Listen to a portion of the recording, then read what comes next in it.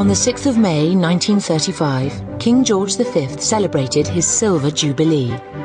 It was a momentous day for the grandson of Queen Victoria. Newsreel cameras and cheering crowds lined the procession route, and commemorative magazines devoted page after page to the royal couple, with their 4 sons, a daughter, and several grandchildren. But one face and one name was missing. John Charles Francis, the King's youngest son, had died 16 years earlier, aged just 13. He had suffered from epilepsy and was most likely autistic. Had Prince John lived, he would have been the present Queen's uncle, and yet at least one official version of the House of Windsor family tree does not include him, which has led many to believe that Prince John was an embarrassment the royal family wanted to hide. There's a strange ruthlessness about the House of Windsor, which there doesn't need to be, but for their own reasons, if they have somebody that they feel isn't up to scratch, they want to write them out of the history books. It happened in the case of Prince John. The moment that he died, we hear no more about him. Suddenly, the royal family is apparently, if you read the newspapers, a family with 5 children, not 6 children. And it's very easy to forget this poor child who died in his teenage years. The mystery of the lost prince has already been dramatised as the tragic story of a young boy stigmatised by his illness and hidden from public view. Oh no, not today. You don't run today. And a letter written by Prince John's eldest brother seems to confirm the very worst suspicions about how the family dealt with him. On hearing the news of John's death, Prince Edward wrote to his mistress, "I've told you all about that little brother, darling, and how he was an epileptic. He's been practically shut up for the last 2 years anyhow, so no one has ever seen him except the family, and then only once or twice a year. This poor boy had become more of an animal than anything else." The idea of Prince John as a guilty secret ruthlessly shut away by the royal family circulated as rumour for years after, and eventually found its way into print. But now, almost 90 years after Prince John's death, we can tell another story, because according to one of the few people still alive who knew him, the reality was very different. There was an article about Prince John, and I was very angry about it and upset because it said he was locked away, neglected, unhappy and lonely. And it was so untrue because he was a happy little boy doing all sorts of things that he could do. With the help of this first-hand witness and accounts from others, as well as photographs that have never been seen before on television and letters written by Prince John himself, we can now refute many of the myths that have grown up about him in the years since his death. The truth about his life is very different from the story that is commonly told, and reveals much more about the extraordinary family life of the Windsors and how they dealt with a public and private tragedy.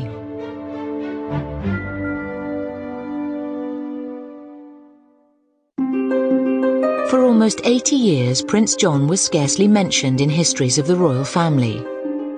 But in 1998, the Independent newspaper reported a remarkable find that prompted a fresh investigation of his story. A photograph album that had once belonged to John's eldest brother Edward, the Duke of Windsor, was discovered in an attic in France.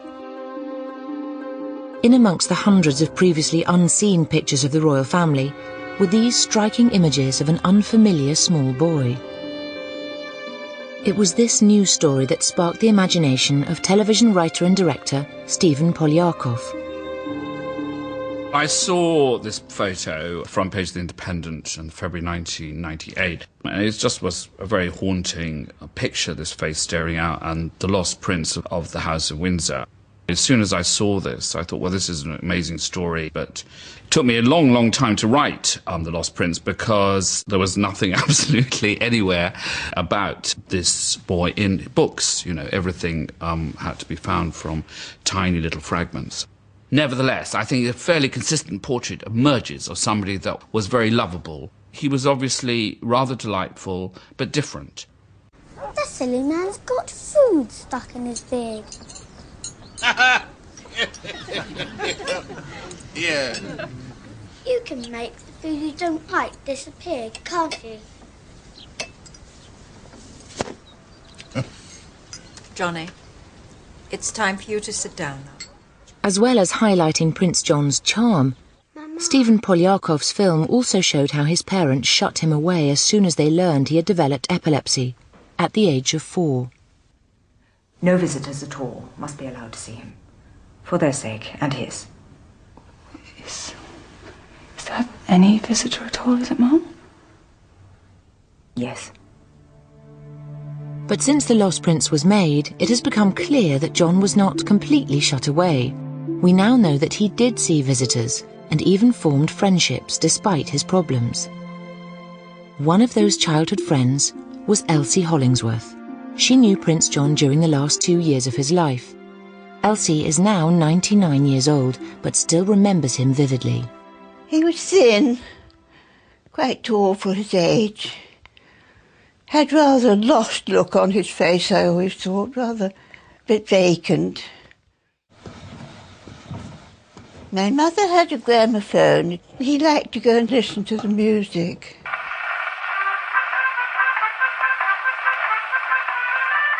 We didn't know what was wrong with him, we weren't told that, but we knew he wasn't well and we must take care of him. As a child, I didn't think it odd that Prince John didn't live with his parents because I had been told it was thought to be a help to him because he was often ill. Ironically, living away from his parents may have benefited more than just John's health. From what we know of the royal family at the time, it could be seen as more of a release than a banishment. Prince John was born on the 12th of July 1905. Typically, for a royal baby, it was his nanny rather than his mother who attended to him most closely. Above him in age were Prince George, Prince Henry, Princess Mary, his only sister, Prince Albert, the present Queen's father who would become King George VI, and Prince Edward, later Edward VIII. There were no signs in John's first years of the epilepsy that would eventually overcome him, but what was apparent was his irrepressible, mischievous nature.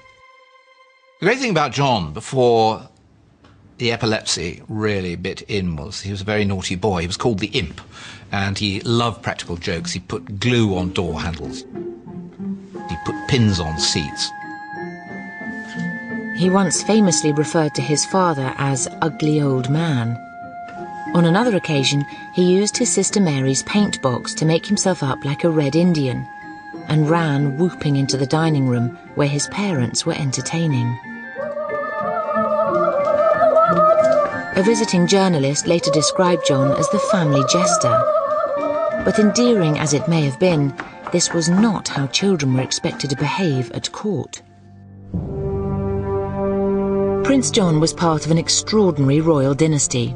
He was related to 20 reigning monarchs in continental Europe by blood or marriage. His grandfather, King Edward VII, reigned over an empire that was then at the pinnacle of its wealth and power. And yet, John and his siblings grew up in surprising austerity, in a domestic regime ruled over by their father, the future George V, a man who had firm ideas on how to bring up children. Lord Derby had this famous anecdote, how George V had said to him, "Well, I was frightened of my father, and I'm going to make damn sure my children are frightened of me." The harshness of life at home would have serious consequences for all the children of George and Mary, but it was John, perhaps the most needy, who would eventually be separated from them.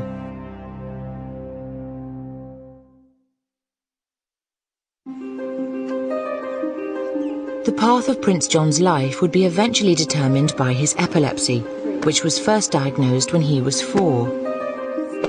But even before then, his upbringing was hardly normal, partly because he was royal, but also because of his parents, George and Mary, two people who, even after years of marriage, could only convey their feelings for one another in the form of letters. Mary and George were almost painfully inhibited about expressing their emotions to each other. I mean, they write, "I wish you could say this to me face to face," but they did love each other, and absolutely no dispute about that. George and Mary and their 6 children had their family home at Sandringham, but not in the grand house. George, a former naval man, preferred a cramped little place called York Cottage. It was said that its warren of small rooms reminded him of life aboard ship. It is an extraordinary place. It's rather like a villa in Bournemouth, all kind of higgledy-piggledy. It's pebble dash and timbers, and it's really not big at all. And how on earth that family fitted in with all their children, their servants, their nannies, the governesses, the equerries. I mean, it is quite unbelievable. Prince John and his siblings grew up in 2 rooms on the first floor, separated from the adult world by a green baize door. They saw their mother for an hour each day, their father even less. All the same, the household was dominated by his fearsome personality. George had a passion for order and military discipline. He was obsessed by collecting stamps and shooting game. He was one of the finest shots in the country. And he applied all the same rigours of precision and attention to detail to his children, who were drilled in proper conduct from an early age.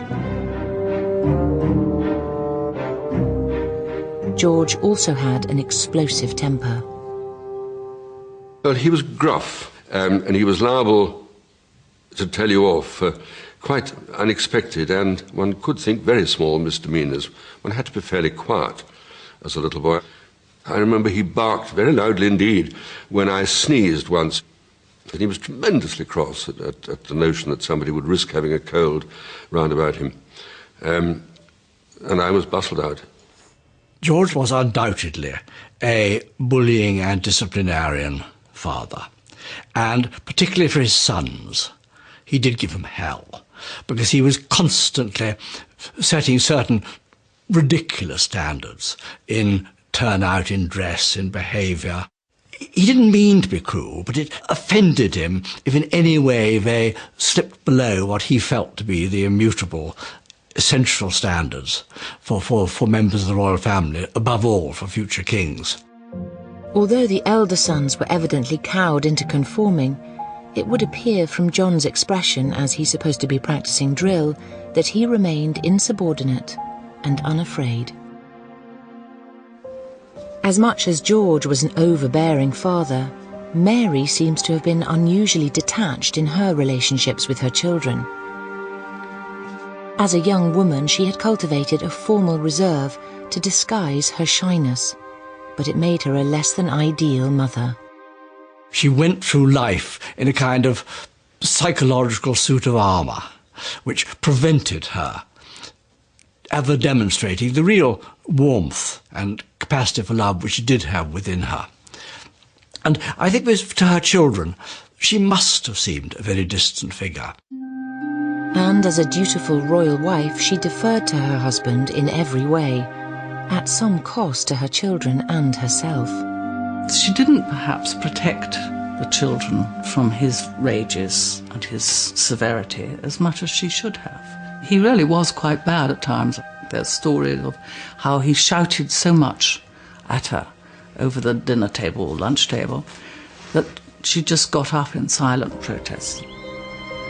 But although she may have had to endure his rages, Mary certainly shared George's love of order and tidiness. She was slightly mad, I think, Mary. I mean, it's a word that's not often used about her, but underneath she was, borderline mad. She tore ivy off other people's walls because she hated the disorder of nature.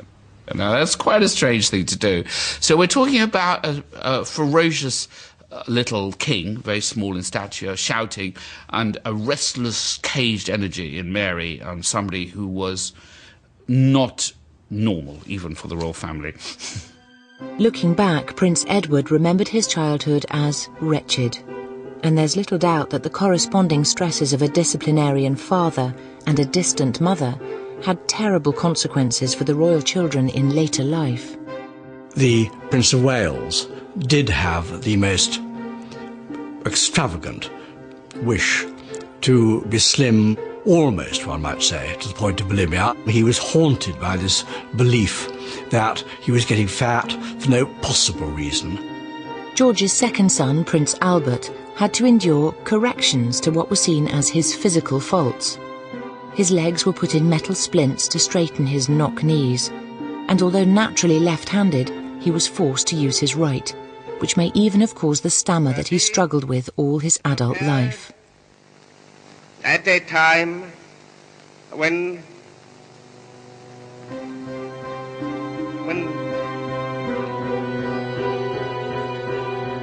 The Duke of Gloucester, next son down, was in the end a drunkard. Prince George, bisexual, drug addict, a man who loved many people, but somehow could never find his place in the order of things.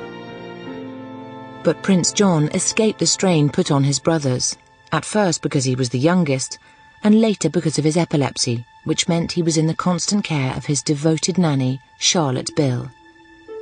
She had nursed all of George and Mary's children, and her name had been shortened by the royal infants to simply Lala. In Prince John's time, nannies were quite strict, and Lala Bill was definitely one of those traditional British nurses, which is perhaps not the cuddly relationship that we expect now. It didn't mean they didn't love, and for a lot of upper-class children, and some royal ones, Nanny was the most loving thing they had. A fairly consistent picture emerges of her being very plain-speaking, very forthright. She beat the royal children when they were small and if they disobeyed, but somebody of enormous loyalty and a person of great honesty and capable of massive love, obviously, that she showed with Johnny. So, I mean, since he had the perfect person with him. When Prince John was rediscovered by the Independent newspaper, the version of his story it retold was that because of his epilepsy, he had been hidden away all his life and rarely photographed. But we now know this was not true. Prince John did not suffer from epilepsy in his early childhood, and far from being shut away, he was deliberately made visible by his father George, who was keen to present his children to the public as an ideal royal family. Prince John was as much of a public figure as any royal child. You can chronicle his life from a little tiny baby in a cradle right through until the year before he died in photographs, which were available to the public. And they would have been published in magazines. They were certainly published on picture postcards, which were very popular. As well as formal family portraits, there are even snapshots of Prince John out on a shopping trip, and newspaper accounts of the time describe him saluting soldiers and enjoying a Punch and Judy show. Seeing these pictures, no one could have guessed that Prince John began suffering epileptic seizures at the age of 4. The attacks continued for the rest of his life, becoming more frequent and more severe as he grew older. This film of patients with epilepsy was taken in the early 1900s. Epilepsy is a disorder of the brain. In the worst cases, it causes episodes of violent convulsions. Sufferers are unconscious during an attack. In Prince John's time, there was no effective treatment. The indignity these patients suffer as they are manhandled for the camera is also a sign of the lack of understanding that existed. We have to see epilepsy in the context of the age. In the end of the 1800s, early 1900s, epilepsy was stigmatized much more than it is today. We still have some stigma, but it was much more at this time. Indeed, the word epileptic was used as a derogatory term. People were referred as feeble-minded, insane, imbeciles, and this was more or less used interchangeable with epilepsy. And yet, alarming as Prince John's diagnosis must have been for George and Mary, it was not an immediate cause for despair. This was not, in fact, the first instance of epilepsy in the family. George's uncle, Leopold, had been diagnosed with a mild form when he was 13, and although he had not been able to join the forces like his brothers, he had gone on to university at Oxford and had led a comparatively normal life.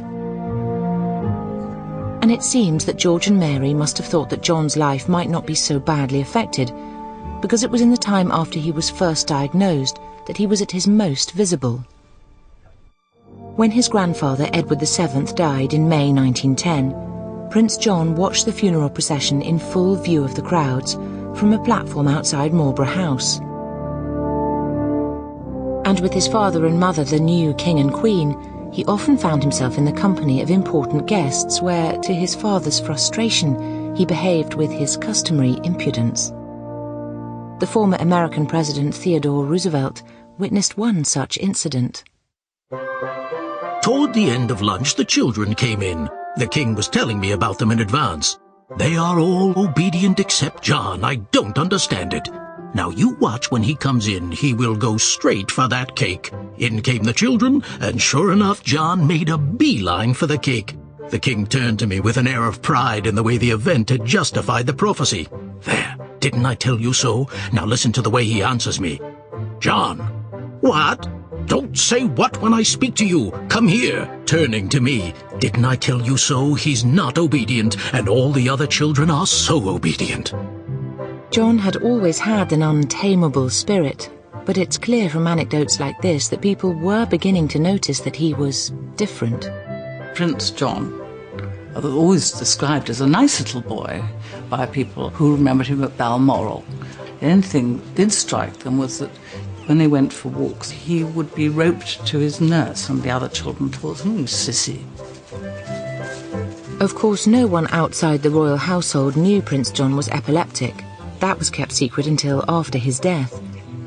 And it is possible that he suffered from other mental problems, although it has never been acknowledged.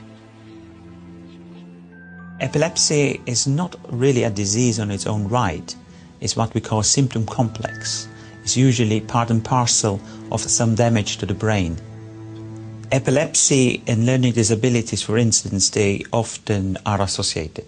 And it's fair to say that up to maybe 30% of people with epilepsy will have some form of learning disability. As much as Prince John seems to have been determined not to behave properly at times, it may be that he simply didn't understand he needed to. Elsie Hollingsworth, who knew John when he was a teenager, noticed something else about his behaviour. He seemed to enjoy simple, repetitive activities. Mother had a collecting box which said on it for the waifs and strays, and Prince John called it for the whales and strays. And he used to love to sit with a big pile of farthings and put them all in the box one at a time. And he loved doing these little things like that. Repetitive behaviour can also be a sign of autism.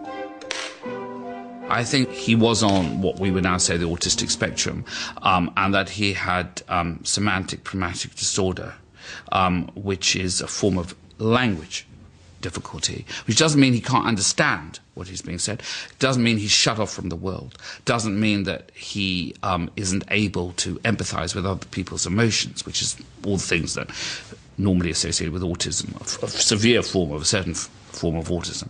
But he wasn't able to express his thoughts. He had a problem, almost like English was a foreign language to him, and that he was speaking it rather badly and writing it rather badly.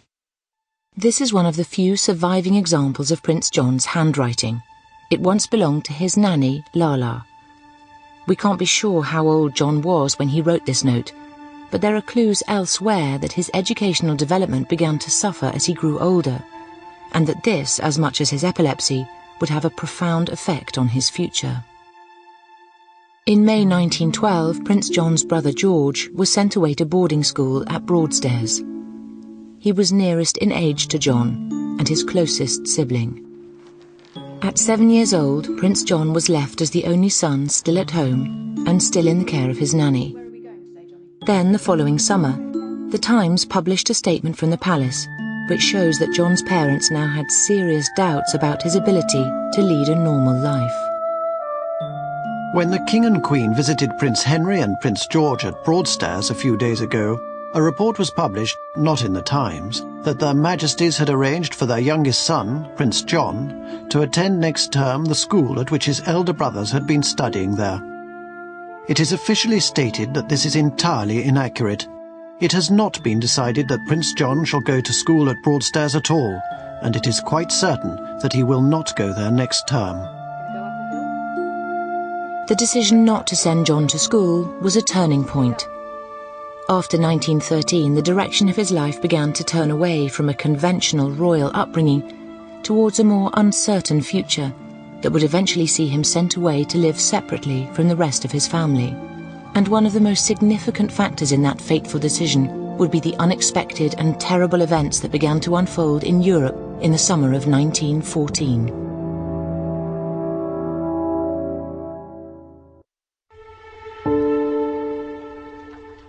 As the First World War began in 1914, Prince John was still living with his parents. But even he, at 9 years old, would feel the impact of the conflict in Europe. For the next 4 years, almost the rest of John's life, the King's official duties and the Queen's devotion to the war effort would take them away from their youngest son, just as his condition was worsening. At the same time, John was becoming isolated from his siblings, who were either away at boarding school or in the services. And as he lost touch with his family, so he began to disappear from public view. There certainly is a tailing off in the public profile of John in terms of the photographs that appear to have been published. You don't see the formal portraits of John after about 1913-14, but what you do see is the occasional photograph by a local photographer. And this was a series that would have been taken at Sandringham in about 1915.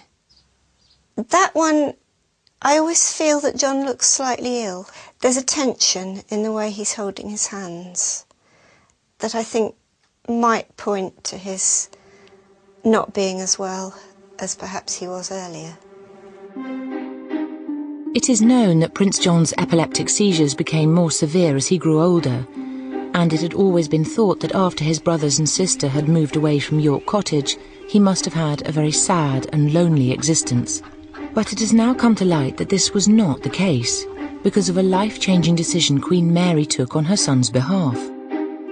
Breaking completely with royal protocol, she began to choose child companions for Prince John from among the families of ordinary estate workers. One was Winifred Thomas.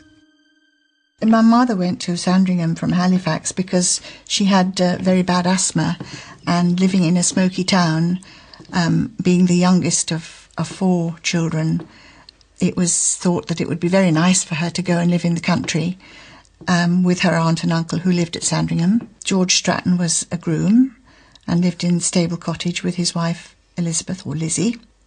They had no children, so my mother went down to live with them. Queen Mary, who knew my aunt through living on the estate, went to visit her to meet my mother and see if she would like to play with Prince John sometimes.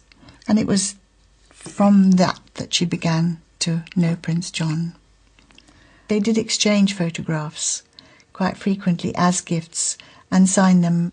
I don't exactly know how old he is in this photograph, but he's written his name in between lines that have been written to help him, and this is one of the ones that my mother had of him. So it's probably round about the early time of my mother knowing him. Traditionally, royal playmates are chosen from the children of members of the household, which would be maybe the Queen's private secretary. I mean, not estate workers' children, which of course actually John's companions were. So I think it's very unusual for a royal child in that era. He obviously couldn't deal with his own social peers at all. So if he mixed with just ordinary children, he'd be much more at ease, and they would be far more patient with him and not unkind to him. I suppose they didn't want people talking about him, and if it was confined to children that lived in the area and weren't moving around in the social circles of London, there was going to be no talk of Prince John's illness. Away from the rigid conventions and harsh conformity of royal life, Prince John was able to form friendships that would normally have been impossible, and he became known throughout the estate. My uncle used to take them out in the Pony and Trap sometimes, and they used to go to Dersingham and buy sweets at the sweet shop. She found him to be a very happy little boy and a very normal little boy. Well, this little letter was for Mr. Stratton from John when he was living at York Cottage in Sandringham. My great-uncle, of course he was, my mother's uncle, had fallen and broken his arm in a riding accident. And this is a little letter from John. And he says, "Dear Mr. Stratton," well, he's run out of space for the N, but he's got it on the envelope. "I hope your arm is better. Are you going to church? With my love from John." And there's one spelling mistake, which I think is charming because the family allowed it. It's a very sweet little letter, and my uncle obviously treasured it. Although it's impossible to date this letter precisely, we do know that Prince John's formal education effectively ended at the age of 11, when the last of his tutors was dismissed. He'd been unable to make any progress, which suggests that the learning difficulties associated with John's epilepsy were quite serious.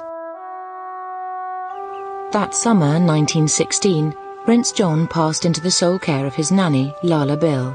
From this time onwards, he was very rarely seen outside the closed world of the Sandringham estate.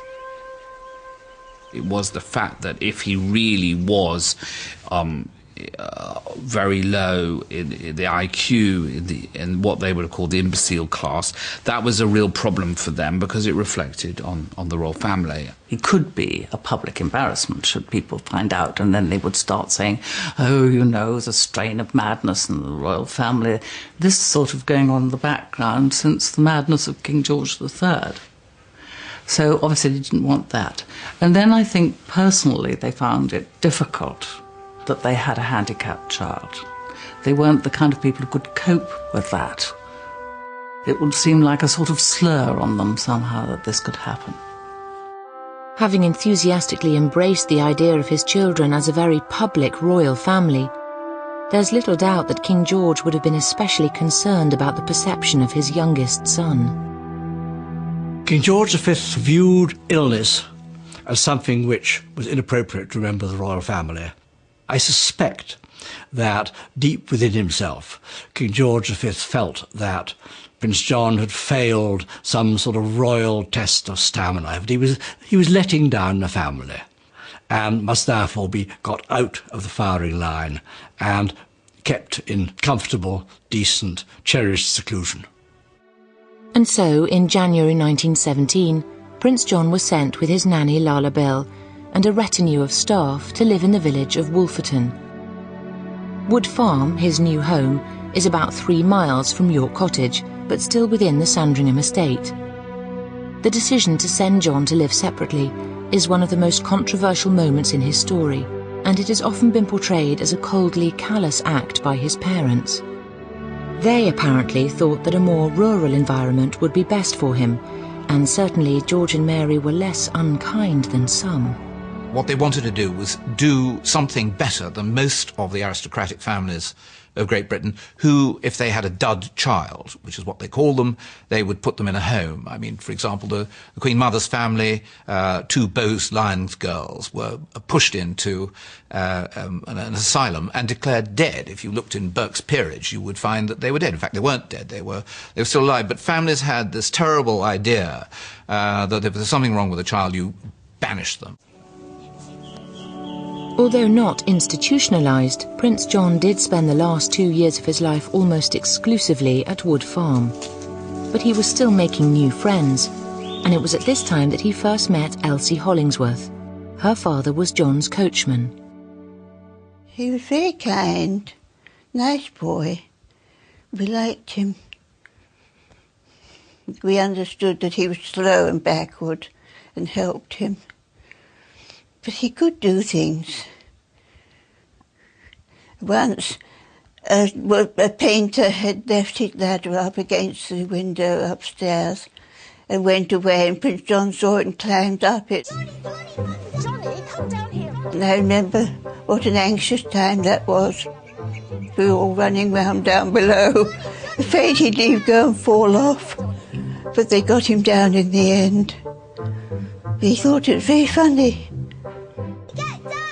Prince John's life was secluded, but at the same time he could enjoy a freedom and informality that would never normally be open to royal children. Get down here. When my father went into the army, there was a flu epidemic, And my mother and brother and I all caught it. And she had us wrapped up and taken over to Wood Farmhouse so that they could look after us. There were 3 servants. And she had us there in bed. And Prince John brought us up cups of tea. And I remember he just dropped one lot once. And Mrs. Bill shouted at him. And I thought, oh, fancy being able to shout at a prince. Prince John did still have some contact with his royal relatives. His elderly deaf grandmother, Queen Alexandra, lived alone at Sandringham House. She understood his need for family contact, and she also gave him a hobby. Once a week my father would drive Prince John the mile to Sandringham House, and he would spend the afternoon with his grandmother, Queen Alexandra. And he had part of a big flower bed made into a garden for him, where he could dig and plant things that he loved doing. He liked to be busy doing things.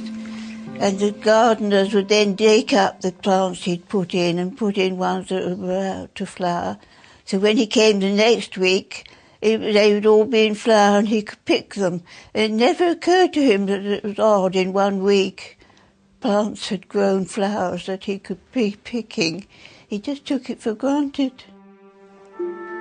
And the garden gave Prince John a way of keeping in touch with his parents who were now so often away. The flowers he picked were sent as gifts in letters that still survive. I was able to look at the letters that Johnny had written to his parents, and the flowers were still pressed tightly on, and they were in immaculate condition, these letters. They fell off, the flowers, as I looked at them. So since Mary and had read the letters, Queen Mary, probably they had been filed away, and I don't know if anybody had ever asked to see them. John's constant companion throughout these final years was his nanny, Lala Bill. And it seems he saw almost nothing of his siblings as his epilepsy grew worse. In one of her few reported comments, Lala later said, "We dare not let him be with his brothers and sister, because it upsets them so much, with the attacks getting so bad and coming so often." But his parents, George and Mary, are more open to criticism. It's not so much the isolation, but the fact that he wasn't visited often. Now that one can be much more critical of.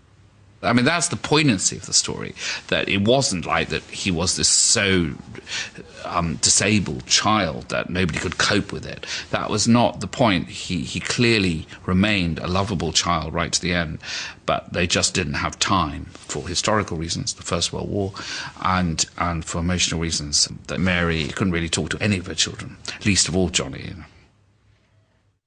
Stephen Polyakov portrayed John as being visited only rarely by his parents. Why is there ivy growing there? I'm sorry? Others have gone even further, claiming that he never saw his mother and father again. But that's not how his friend Elsie remembers it. It was so untrue, because my father would come in and say the King and Queen had been to visit Prince John today, or tell us whoever it was, as we weren't allowed to look out of the window and see them. And they were often there when they were down, and then every time he went to Sandringham, they was often taken up to Sandringham when they were there. He spent the day with them and saw a lot of them. So it was quite untrue. In fact, almost the only information we have directly from the royal family about their feelings for Prince John dates from the time of his death. Tragically, that would come just as the war that had separated him from his parents and siblings finally came to an end, and it's some of the most shocking evidence in the whole story.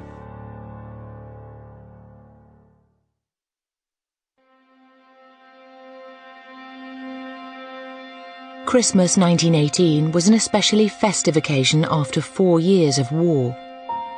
Prince John always spent Christmas Day with his family at Sandringham, although he would be driven back to his own home, Wood Farm, at night. The doctors had previously told the King and Queen their diagnosis was that John would not survive into adulthood. But because epilepsy is so unpredictable, no one could have anticipated when his death might come. King George and Queen Mary were still at home on the estate when, on the afternoon of Saturday, January the 18th, 1919, Prince John died suddenly after a final, massive epileptic seizure.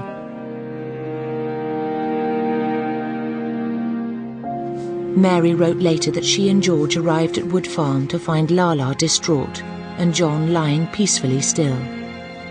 For him, she told a friend, it was a great release, and he had been spared much suffering. King George described it simply as the greatest mercy possible. This is a photograph that my mother said that he had given her, but it's not signed. And this is the last photograph she had from him. And my mother wasn't there when he died. She had gone home to Yorkshire to stay with the family for Christmas. She hadn't known that he was going to die then. I mean, he had not been ill when she left to go to Halifax, but of course he could be ill at any time. On the Monday after Prince John's death, January the 20th, the Daily Mirror devoted its entire front page to the news. Inside was a public statement from the royal doctor revealing for the first time that the prince had suffered from epilepsy.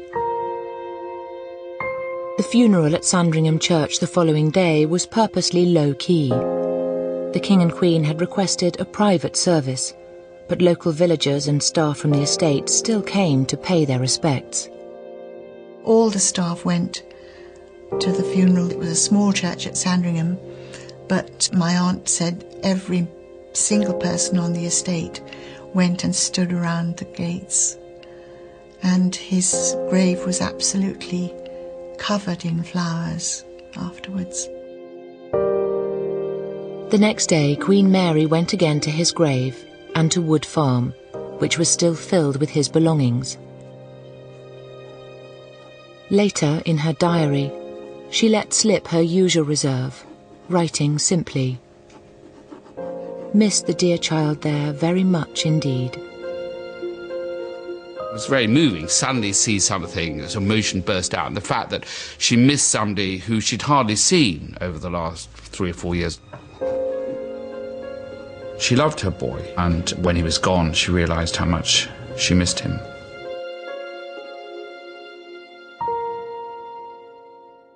It was rumoured for many years after Prince John's death that the royal family regarded him as a shameful embarrassment because of his epilepsy and apparent learning difficulties. But it was not until 1996 and the discovery of a series of letters written by Prince Edward that there was any firm evidence. On the 20th of January 1919, 2 days after Prince John's death, Edward wrote to his mistress, "I've told you all about that little brother, darling, and how he was an epileptic and might have gone west any day. He's been practically shut up for the last 2 years anyhow, so no one's ever seen him except the family, and then only once or twice a year. And his death is the greatest relief imaginable, and what we've all silently prayed for.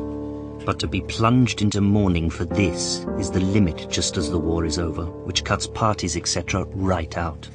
No one would be more cut up if any of my other 3 brothers were to die than I should be, but this poor boy had become more of an animal than anything else."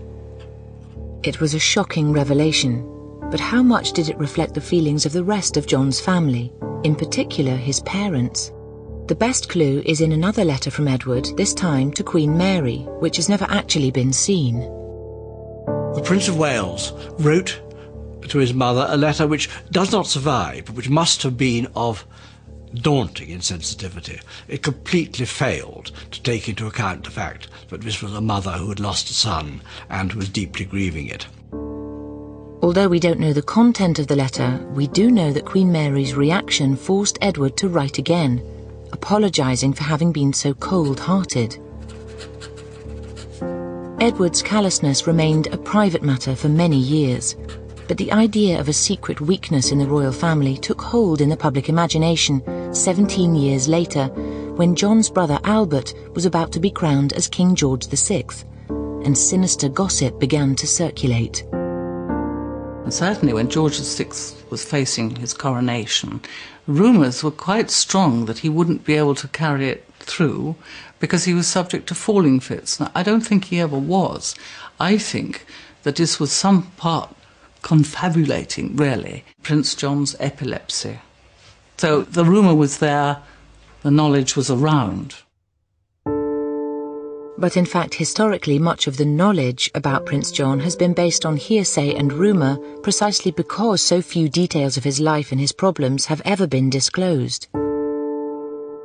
And that may be a sign of the true attitude within the Windsor family to the kinds of difficulties he suffered from. I think the royal family have a problem of dealing with anything that's out of the ordinary. For instance, Princess Diana's bulimia. They didn't know what it was, they didn't understand it, they'd never even heard of postnatal depression. Even Princess Margaret's illness. I think the Queen was very upset when there was a photograph of Princess Margaret sitting in her wheelchair on the Queen Mother's birthday and felt she shouldn't have been there, shouldn't have been seen, because that's the way it was always done. And I think there is a certain amount of head in the sand stuff. And if you don't think about it or talk about it, it'll go away. But in Prince John's case, the absence of information in all the years since his death has only encouraged sceptical journalists and historians to imagine the very worst, and John's story has taken on a life of its own.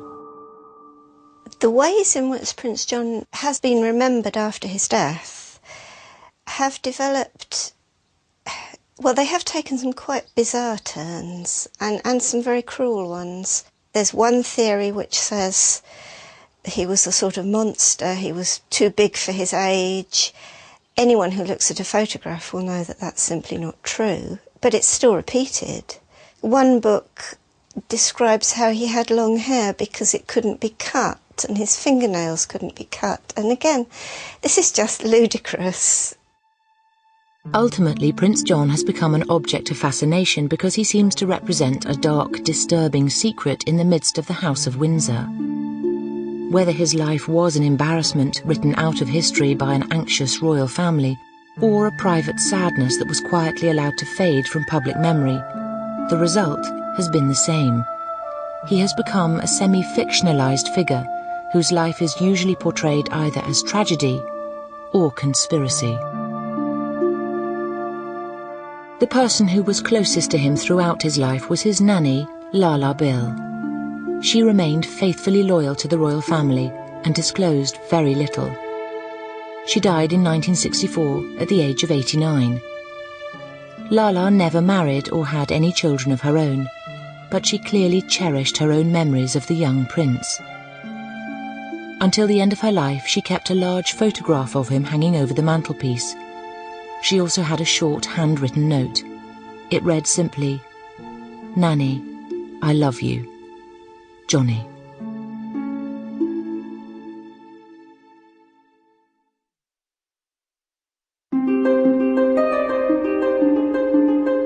There's more information about both epilepsy and autism at channel4.com/health. Do stay with 4 and have a giggle about the credit crunch. Bremner, Bird and Fortune are cranking up the satire next.